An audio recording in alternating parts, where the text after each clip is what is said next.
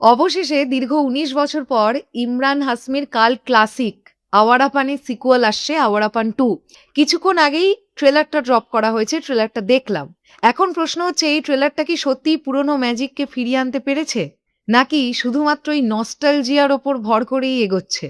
চলুন, মাত্র ৩ মিনিটের এই ভিডিওতে চট করে জেনে নেওয়া যাক। তার আগে কমেন্ট সেকশনে জানাবেন আপনারা কারা, কারা 'আওয়ারা পান 2' এর অফিসিয়াল ট্রেলারটা দেখলেন এবং আপনাদের কেমন লাগলো? ট্রেলারের প্রথম কয়েকটা সেকেন্ডেই নির্মাতারা দর্শকদের সরাসরি ফিরিয়ে নিয়ে যান ২০০৭ সালে। বৃষ্টি ভেজা অন্ধকার পরিবেশ, বিষণ্ণ আবহ আর ব্যাকগ্রাউন্ডে নতুনভাবে ফিরে আসা 'তেরা মেরা রিশতা পুরানা'। এই মুহূর্তগুলো প্রথম ছবির আবেগকে আরো অনেকটা বেশি করে জীবন্ত করে তোলে। যারা অলরেডি 'আওয়ারা পান' দেখে ফেলেছেন তাদের কাছে নিঃসন্দেহে এই মোমেন্টটা গায়ে কাঁটা দেওয়ার মতন একটা মোমেন্টই হবে। এই ট্রেলারের সবচাইতে বড় ইউএসপি অবশ্যই ইমরান হাসমি। শিবম চরিত্রে তাঁর লুক, লম্বা চুল, দাড়ি, চোখের অভিব্যক্তি এবং স্ক্রিন প্রেজেন্স ট্রেলারে তো বেশ প্রমিসিং লাগছে।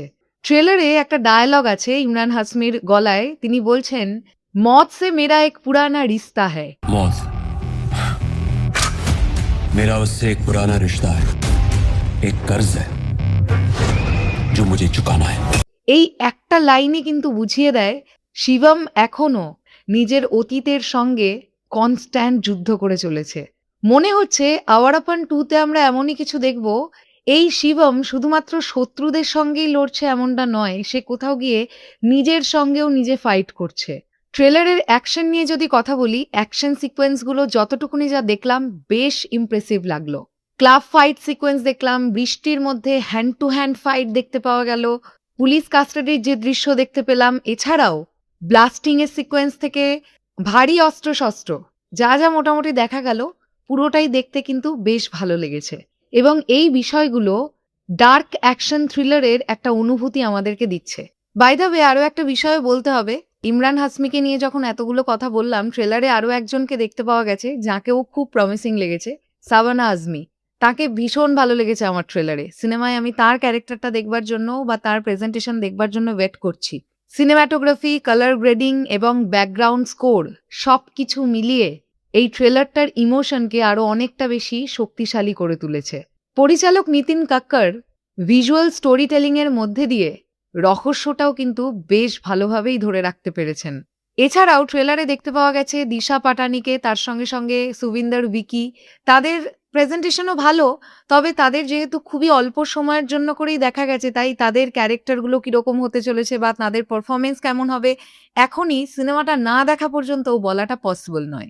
তবে এই সিনেমার কাস্টিং বেশ শক্তিশালী হবে বলেই তো মনে হচ্ছে এবং আশা করা যাচ্ছে দিশা পাটানি, সুবিন্দর বিকি বা শাবানা আজমি, তাদের ক্যারেক্টারগুলোর বেশ ডেপথ থাকবে এই সিনেমায়। তবে ডেফিনেটলি ট্রেলারের একটা নেগেটিভ দিক তো আছে। ট্রেলারটা যখন দেখছিলাম, ট্রেলারটা খুব পরিচিত বলে মনে হচ্ছিল। মানে নতুনত্ব কিছু পাচ্ছি, বিষয়টা এরকম কিন্তু লাগেনি। প্রতিশোধের কথা বলি বা অতীতের অপরাধ বোধের কথা যদি বলি, কিংবা নায়ক লড়াই করছেন, এই বিষয়গুলো বা এই ধরনের গল্প তো আমরা এর আগেও দেখেছি। তাই এই 'আওয়ারা পান 2' এই সিনেমাটা বাকি সিনেমাগুলোর থেকে কতখানি আলাদা হয়ে উঠবে সেটা কিন্তু ডিপেন্ড করবে ডেফিনেটলি স্ক্রিপ্ট, ক্যারেক্টারগুলোর ডেপথ আর অবশ্যই ইমোশন কতটা ওয়ার্ক করছে সেটার ওপরে। সব মিলিয়ে 'আওয়ারা পান 2' এর অফিসিয়াল ট্রেলার আমার খুব একটা খারাপ লাগেনি, বাট প্রচণ্ড প্রমিসিং লেগেছে আমি এমনটাও বলতে পারব না। তো আমি ১০ এর মধ্যে এই ট্রেলারটাকে 6.5 দিচ্ছি। ডেফিনেটলি যারা 'আওয়ারা পান' দেখেছে তারা 'আওয়ারা পান 2' এর জন্য অবশ্যই ওয়েট করে আছে। তারা নিশ্চয়ই সিনেমা হলে গিয়ে দেখবে। আর ইমরান হাসমির ডেফিনেটলি একটা ফ্যান বেজ আছে। তারা তো অবশ্যই এই সিনেমাটা হলে দেখতে যাবে। দেখা যাক নেক্সট কনটেন্ট হিসেবে গান-টান ইত্যাদি হয়তোবা আসবে। সেগুলো এলে কতটা ইমপ্যাক্ট ফেলতে পারে। তবে ট্রেলারটা আমার ঠিকঠাক একটা ট্রেলার বলে মনে হয়েছে। যারা আপনারা দেখলেন, আপনাদের কাছে কেমন লাগলো এই ট্রেলারটা অবশ্যই সেটা কমেন্ট সেকশনে জানাবেন। আসছি আবার খুব শিগগিরই নতুন কোনো ভিডিও নিয়ে, তাহলে এখনের জন্যে টাটা।